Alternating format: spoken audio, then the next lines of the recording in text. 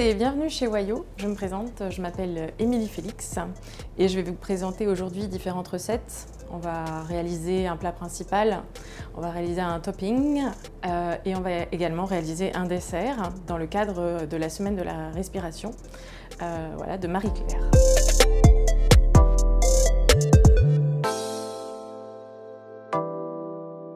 Nous allons réaliser le shichimi togarashi. Le shichimi togarashi, c'est ce qu'on appelle la poudre de 7 épices ou le piment aux 7 couleurs au Japon. C'est un des toppings les plus appréciés. Vous allez pouvoir le proposer sur une petite salade en entrée, même sur des ramen, sur un riz cuit avec des ingrédients chauds ou froids d'ailleurs. Et comme on va l'utiliser tout à l'heure en topping de notre plat principal, je me suis dit qu'on allait le faire nous-mêmes. Alors, il faut savoir que c'est une recette qui date d'il y a fort longtemps, puisque ça remonte au tout début du XVIIe siècle, donc c'est le début de l'ère d'Edo. À l'époque, les relations entre la Chine et le Japon sont assez fréquentes et les Japonais s'intéressent beaucoup à la pharmacopée chinoise. Et ils se disent, ah bah tiens, le piment a quand même des vertus digestives, et si on en faisait quelque chose, mais si on l'agrémentait d'autres saveurs, peut-être plus japonaises. Donc dans les herboristeries et les pharmaciens donc, de l'époque vont décider de créer un mélange un peu secret, qui va être donc vendu dans les échoppes des pharmaciens, dans les pharmacies, donc à l'époque d'Edo. Plus tard, vous allez retrouver ce mélange dans la plupart des temples, des sanctuaires shintoïstes, si bien que ça va se diffuser dans l'ensemble du pays et qu'aujourd'hui, partout, dans toutes les maisons du Japon, vous allez avoir la poudre de shichimi togarashi, le plus souvent achetée bien sûr à l'épicerie du coin ou au 7-Eleven, alors qu'en fait, c'est vraiment pas compliqué à faire, donc je vous encourage à le faire vous-même. Il y a plein de recettes différentes, mais en général, on va retrouver le poivre noir. On va retrouver bien sûr notre poudre de piment qui est donc à l'origine du mélange. On va retrouver de l'algue nori, donc des paillettes de nori. Alors le nori, on le connaît bien puisque c'est avec le nori qu'on confectionne les makis. Donc vous allez le trouver aisément chez vos épiciers. Ce que vous allez faire, c'est que vous allez le réduire en paillettes au robot. Donc là, je l'ai déjà réalisé. Du sésame blond, vous pourriez utiliser également du sésame noir qui a des vertus médicinales renforcées. Des graines de pavot, que parfois on remplace par des graines de chanvre. Du gingembre sec. Alors tout à l'heure, on va utiliser du gingembre frais dans la recette du makoro au miso. Il faut savoir que les épices, ou effectivement le gingembre ou le curcuma d'ailleurs, n'aura pas les mêmes vertus s'il est sec ou s'il est frais. Le cuisinier aime bien les produits frais parce que c'est plus savoureux, ça exhauste les goûts. En revanche, pour des vertus médicinales, souvent c'est le produit sec, ce qui ne vaut pas pour tous les produits, mais en l'occurrence pour le gingembre, c'est vrai. Le gingembre sec a plus de pouvoir. Donc là, du coup, on aura le gingembre frais et le gingembre sec. Quant aux écorces d'agrumes, la recette originale est avec la mandarine. Sachez que vous pouvez utiliser toutes les agrumes que vous le souhaitez. C'est vrai que la mandarine a des vertus particulières en médecine chinoise. Moi, ce que j'ai fait aujourd'hui, puisqu'on est plutôt dans la saison avec la clémentine et l'orange, eh bien, j'ai déshydraté des écorces d'orange et de clémentine pour réaliser cette recette, c'est-à-dire avoir 20 g de zeste d'agrumes séchés. J'ai 3 clémentines et 2 oranges. Voilà. Qu'est-ce que vous allez faire? Vous allez à l'économe prélever vos zestes, bien retirer la partie blanche du zeste et passer au four environ 40 minutes à 90 degrés. Après, si vous avez des déshydrateurs chez vous, voilà, c'est encore plus simple, mais tout le monde n'a pas ça. Donc ce qu'on va faire, c'est qu'on va mélanger tout ça, tout simplement, et que cette poudre, vous allez pouvoir la conserver assez longtemps. Comme elle est quand même, vous allez remarquer les quantités de poivre, 20 g de poivre noir et 40 g de piment, c'est donc très fort, donc vous allez saupoudrer très légèrement, enfin selon votre goût. Sachez que c'est du coup une recette que vous conserverez. Donc on va broyer nos agrumes.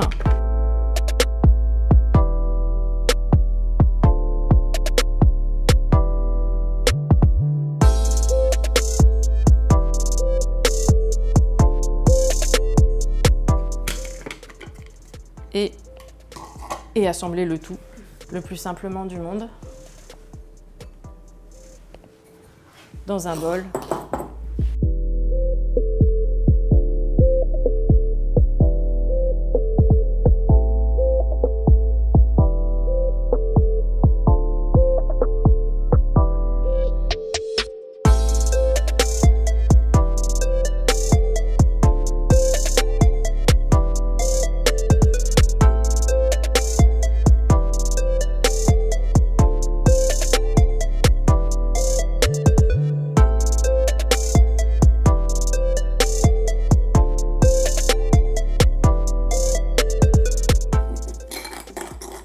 Et on va garder ça de côté, car tout à l'heure, on viendra dresser un petit peu, voilà, une petite pincée de Shichimi Togarashi dans notre maquereau au miso.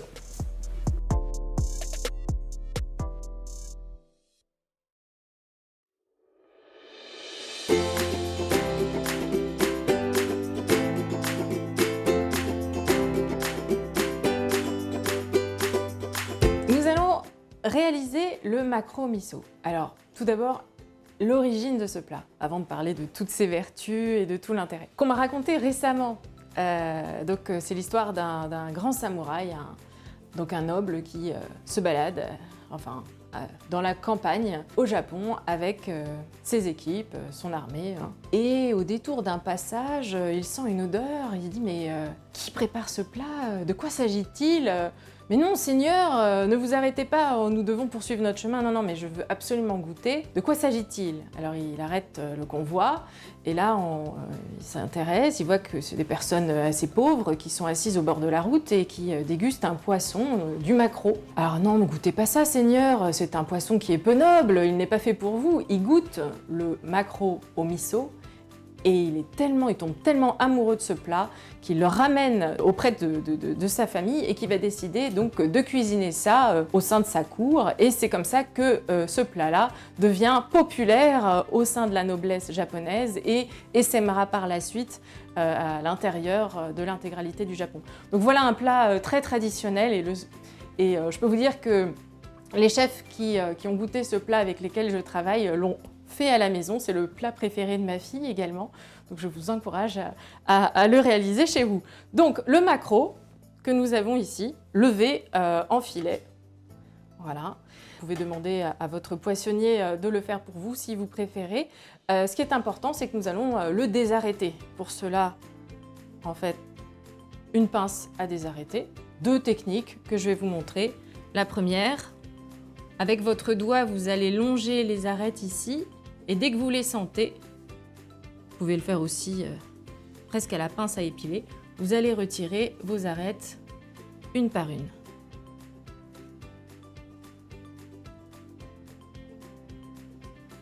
Qui se détachent très facilement.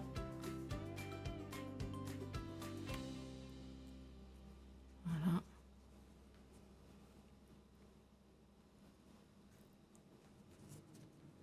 Et à la fin, il n'y en a plus, mais on repasse une dernière fois pour bien s'assurer qu'on n'a rien oublié.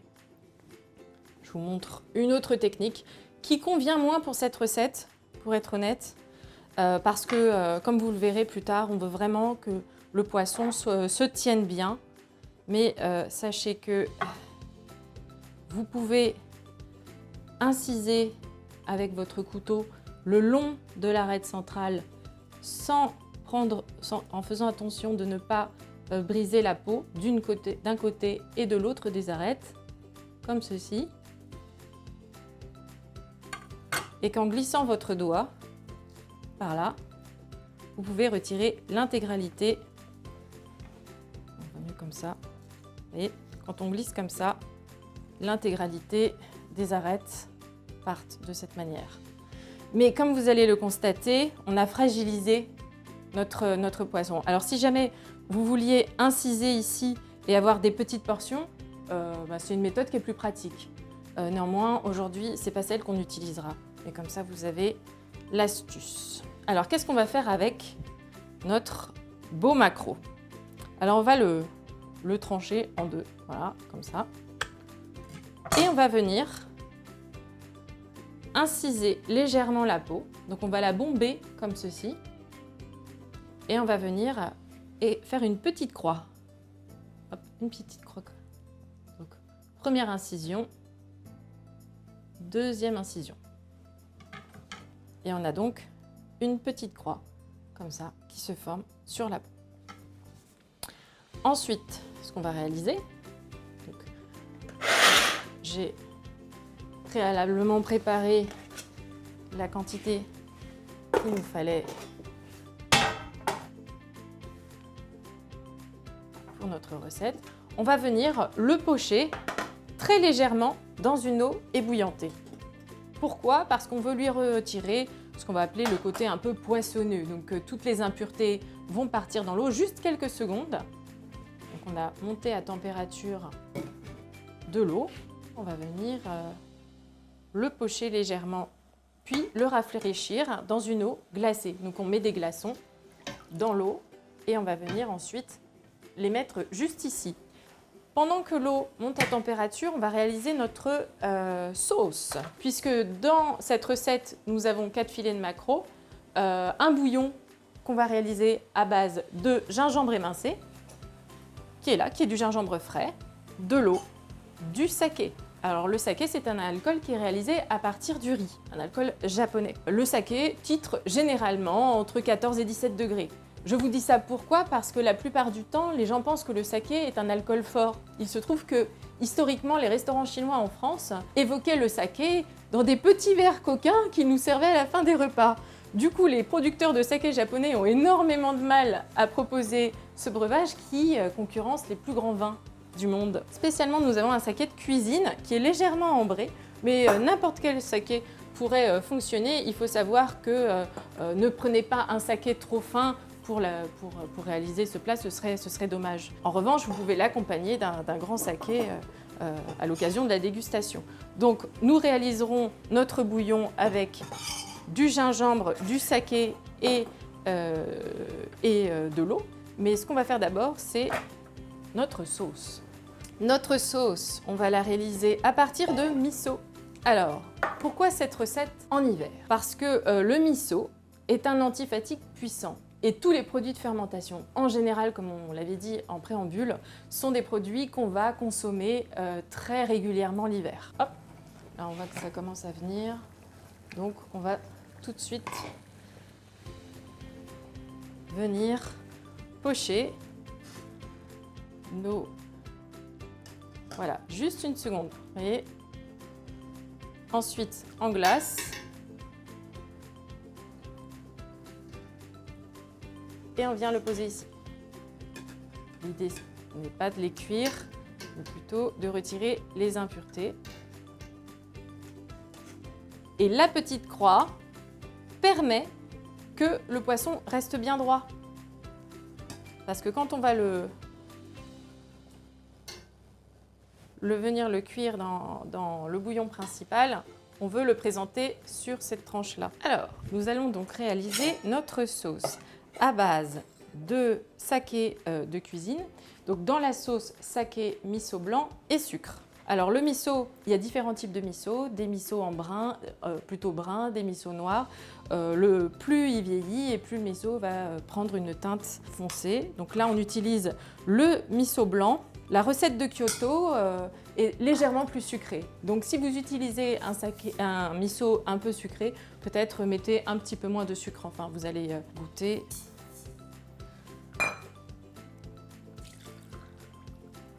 Voilà.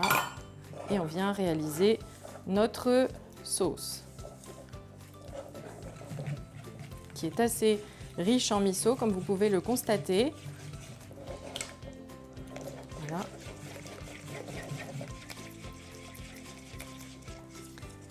Et parallèlement à cela, on va venir préparer notre bouillon gingembre avec donc notre saké et le gingembre. Et on va porter tout ça à ébullition en disposant nos maquereaux peau vers le haut, comme ceci. Donc on les dispose et ensuite on va porter le tout à ébullition. Je continue à tourner ma sauce. C'est un plat qui s'accompagnera de riz blanc, tout simplement.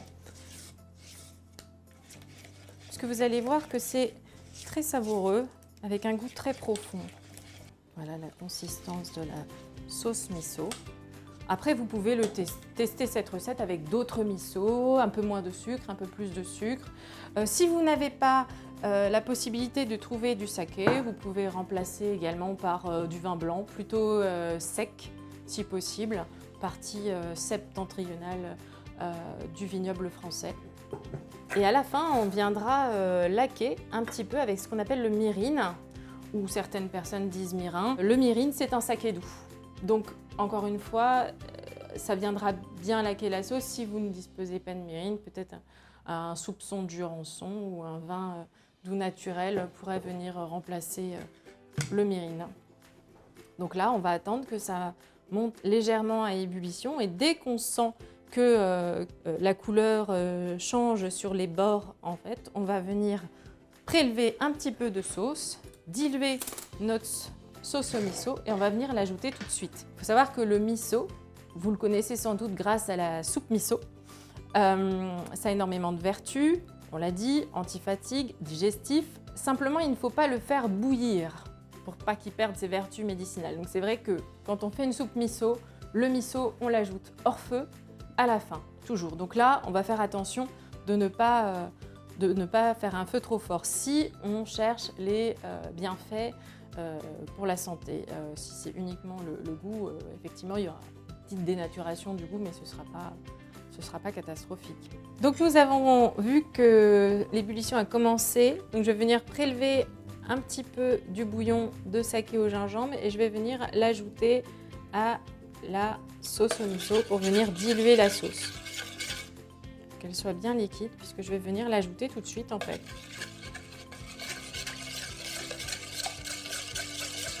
Et une fois que la sauce est bien liquide, je viens la répandre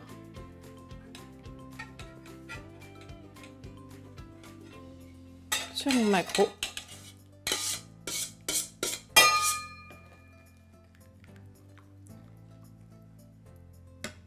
Et ensuite, on va attendre jusqu'à réduction de la sauce. Donc on va légèrement augmenter un petit peu le feu et patienter jusqu'à ce que la sauce réduise.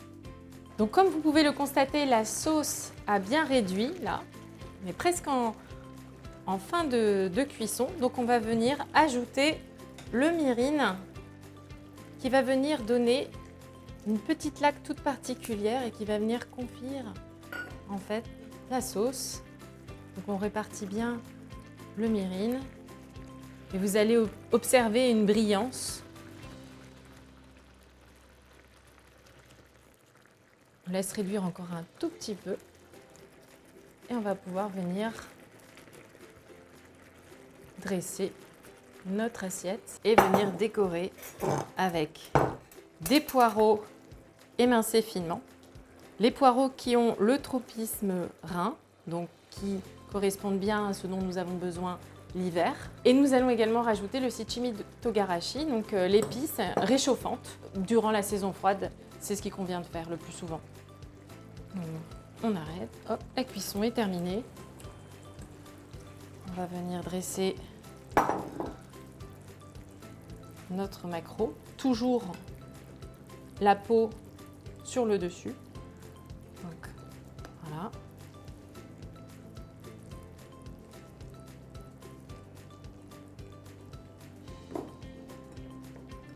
Avec un petit peu de jus.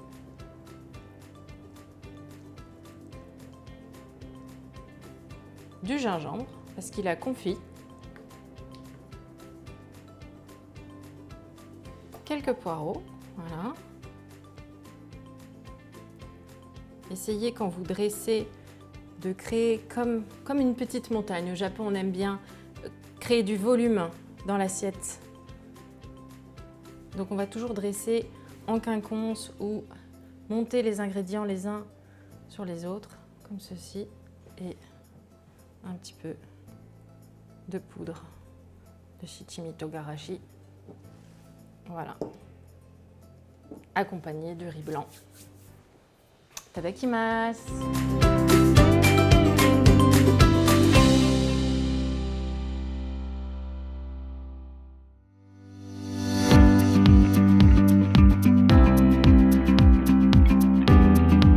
Notre gâteau aujourd'hui sera un gâteau dédié à la saison hivernale. C'est une saison où on ressent pas mal de fatigue. Donc pour cela, on va aller chercher des ingrédients anti-fatigue. Et pour cela, nous aurons de la patate douce et du sésame. Alors le sésame, c'est intéressant, vous allez constater, du sésame noir. Alors le sésame noir, c'est plutôt le sésame qu'on va retrouver en Asie. Le sésame blanc étant plus celui qu'on va retrouver dans le Maghreb. Le sésame blanc est un bon lubrifiant, en revanche, pour les vertus médicinales. On a vraiment tendance à préférer le sésame noir. Donc ce cake, je l'ai appelé noir de noir parce qu'en plus du sésame, on va retrouver le chocolat.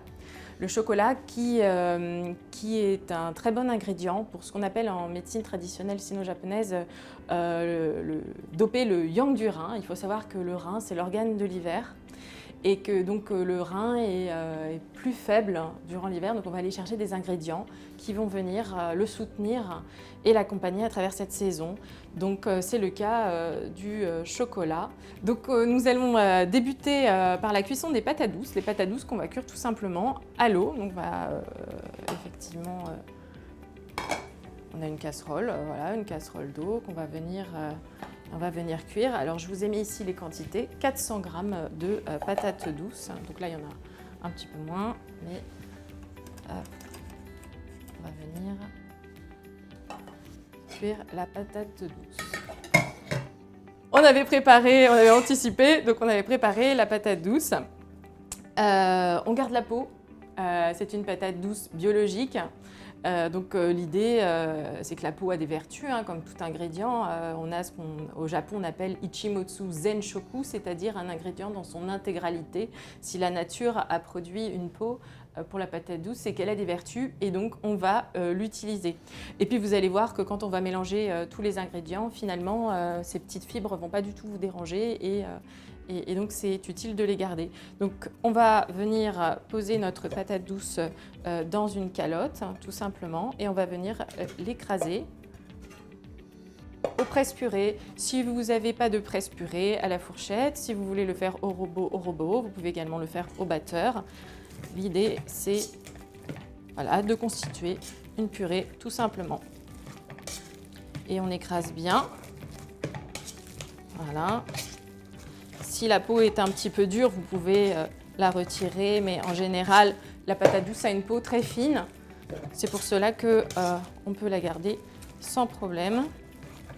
Et on va venir associer le sucre. En parallèle, ce qu'on va faire, c'est qu'on va faire fondre le chocolat avec le beurre au bain-marie. Pour cela, une petite casserole. Voilà, avec un petit fond d'eau. Et on va venir poser une petite calotte dedans. On va venir poser son beurre et son chocolat qui va venir fondre tout doucement. L'objectif, c'est de ne pas dépasser 50 degrés parce qu'on ne veut pas dissocier le gras du chocolat. On veut juste que ça fonde. Donc voilà, tout tranquillement. On va venir torréfier nos graines de sésame. Alors pour révéler aussi sa saveur, pour réveiller un petit peu comme on réveille les épices en Inde, on va venir réveiller notre sésame. Une partie va être écrasée et l'autre partie on va la garder granuleuse comme ça. On a également de la poudre d'amande qu'on va venir réchauffer aussi, réveiller, torréfier. Alors le sésame, on va venir donc le torréfier, mais on fera attention. Alors en plus là avec le sésame noir c'est moins visible donc il faut être plus attentif. Sur le sésame long tout de suite ça va prendre une petite teinte dorée et ça sera visible. Sur le sésame noir c'est plus délicat. Si jamais vous le grillez trop, au-delà du fait qu'effectivement au goût ce sera pas agréable, hein, ça risque d'être toxique aussi. Donc c'est pour ça qu'il faut faire attention. Pendant ce temps, ce qu'on va faire, c'est qu'on va venir mélanger notre sucre avec notre patate douce. Patate douce qui est encore tiède. Donc, vous voyez, on voit encore les peaux visibles. Encore une fois, ça ne va pas nous déranger à la cuisson.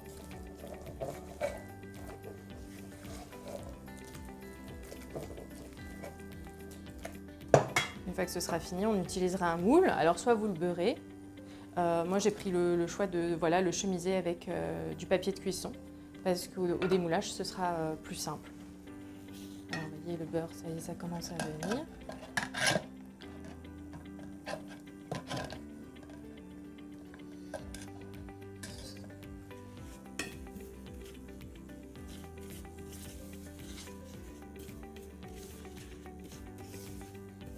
quand on va écraser la moitié du sésame, on va utiliser un outil japonais, exceptionnellement, qui s'appelle le suribashi. Alors le suribashi, c'est vraiment un outil qu'on retrouve dans toutes les cuisines japonaises parce que c'est fort pratique. C'est un mortier, le suribashi, qui est rainuré à l'intérieur. Et ensuite, quand on veut récupérer ce qui se passe, voilà, on vient décoller les petites graines avec un petit râteau, à l'origine qui était en bambou. Mais maintenant, pour des normes d'hygiène dans les restaurants, on utilise plutôt ça. Et c'est comme cela qu'on fait notamment les sauces sésame japonaises. Et quand on a torréfié nos graines de sésame, c'est bien plus pratique. En fait, ça s'écrase bien mieux au suribashi. Mais si vous n'avez pas de suribashi, ce qui est fort probable, à ce moment-là, utilisez soit un mortier classique, soit un robot. En fait, au robot, ça fonctionne très très bien. C'était juste pour effectivement vous montrer cet outil qui est... Alors, il faut savoir que les desserts au Japon sont rarement pris à la fin des repas. On sucre un petit peu au cours des repas, ce qui fait qu'on n'a pas besoin d'avoir cet apport en sucre en général. Et donc le gâteau, on le réserve davantage au moment du goûter, avec une boisson chaude, une boisson tiède, un thé par exemple. Donc je recommanderais plutôt de déguster ce gâteau au goûter, en famille, avec les enfants, les collègues, plutôt qu'à la fin du repas. Voilà. Là, il est déjà chaud, vous voyez, en fait, on voit que... Donc ça suffit, hein. On ne veut pas non plus trop le chauffer. Donc je viens en prendre une partie que je vais écraser ici. Et le reste, en fait, je viens juste ajouter ma poudre d'amande, légèrement, pour la torréfier un petit peu. Pas trop, parce qu'on ne veut pas qu'elle vienne non plus...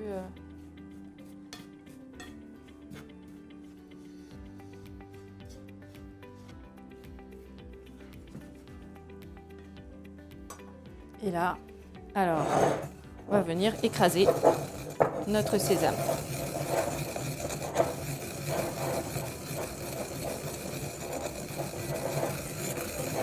Ce qui permettra également, quand on va déguster, de ne pas avoir non plus tous ces grains, voilà, mais d'avoir une partie granuleuse et puis une partie plus intégrée. Et ça va révéler toutes les saveurs et les bienfaits aussi. Parce que la plupart des graines, en fait, c'est vraiment à l'intérieur que vont se loger tous les bienfaits pour la santé. Or, si on les digère sans qu'elles soient extrudées, sans qu'elles soient écrasées... Alors, il faut savoir que le Japon était un pays qui avait culturellement très peu de graisse ajoutée dans sa cuisine. Donc... En réalité, il faudra attendre que la Chine ait des échanges réguliers avec le Japon pour que les graisses ajoutées, les graisses à l'état pur, rentrent dans une recette. Le seul moyen d'avoir du gras additionnel à l'époque au Japon, c'était la graine de sésame qu'on venait écraser, puisque l'huile de sésame coûtait trop cher à la production. Donc quand on a par exemple les sels de sésame que vous connaissez peut-être comme les gomashio, ça c'était quelque chose qui apportait du gras dans le repas japonais.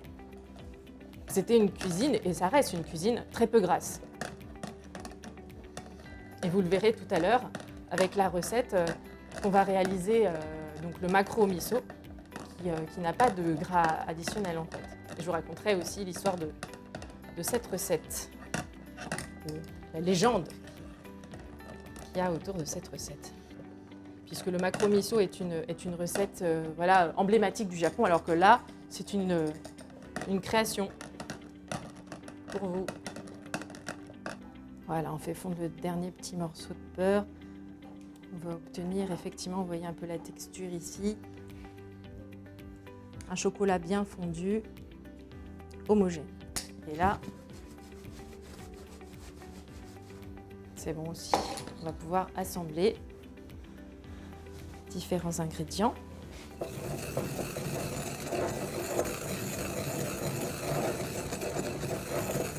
Notre gâteau. Vous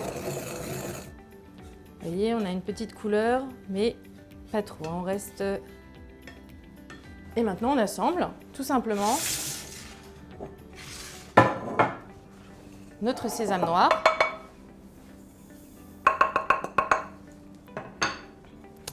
Le meilleur étant à l'intérieur des rainures. On vient chercher le sésame qui est resté à l'intérieur, comme ça. Voilà, vous voyez ce qu'on récupère. Voilà.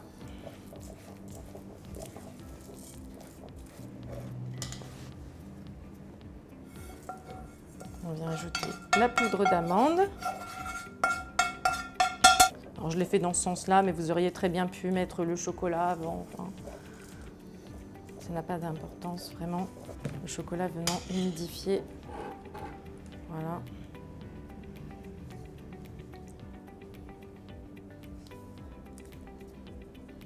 Et voilà, en fait, c'est déjà terminé. On mélange de manière homogène. Si vous voulez le faire au batteur, vous pouvez le faire au batteur, mais à la maryse, ça suffit largement. Ou à la spatule, à la cuillère en bois, ce que vous avez à la maison. Vous remarquez que dans ce gâteau, on n'a pas d'œufs et on n'a pas de farine. C'est vrai, un gâteau, effectivement, à la fois sans gluten et sans farine. Donc, notamment pour, je sais qu'il y a de plus en plus de monde qui développe des allergies, notamment des allergies aux œufs, et les alternatives de dessert sans œufs sont pas nombreuses. Donc ça peut être une idée. Là, on l'a fait avec la patate douce, mais ça pourrait être aussi envisageable de faire ça à la pomme de terre violette, à la vitelotte, ou pourquoi pas au potimarron. Le potimarron est un ingrédient qu'on utilise énormément au Japon pour les desserts. Voilà. Vous voyez un peu la texture de notre pâte. Et on va venir poser ça dans notre moule préalablement chemisé ou beurré, comme je disais tout à l'heure. Voilà.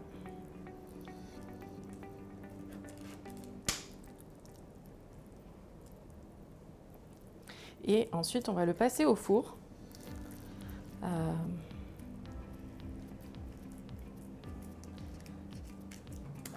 Voilà, je viens lisser un petit peu les bords.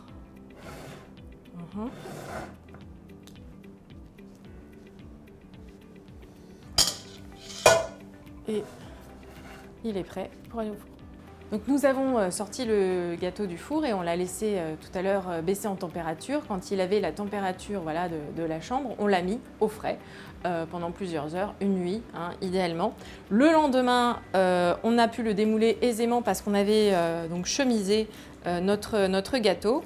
Et donc on récupère le gâteau ici. On va venir le trancher.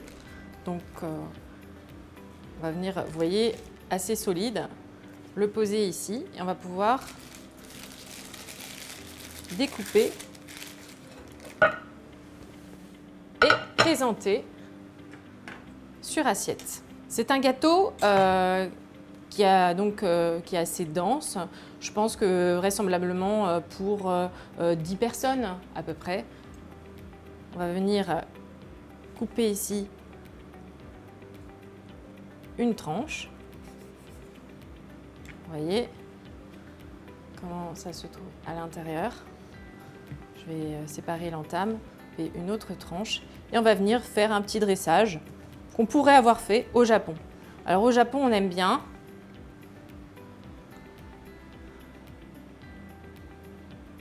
créer des petites présentations comme ceci. On va venir couper la tranche en deux et la présenter ainsi en quinconce. Et on va venir décorer. Pour cela, ce que je vous propose, il y a plein de possibilités. On peut mettre une petite cuillère de crème chantilly, par exemple. Ou nous, ce qu'on va faire ici, tout simplement, c'est venir disposer quelques graines de sésame blond. Voilà, donc ça fera le principe du yin-yang, noir et blanc. Ou un petit peu de poudre de matcha pour égayer un petit peu de couleur verte. Donc, petite passoire, un petit peu de matcha et on vient ici déposer une petite neige de matcha, quelques graines de sésame et à servir avec le thé. Voilà. Tadakimasu!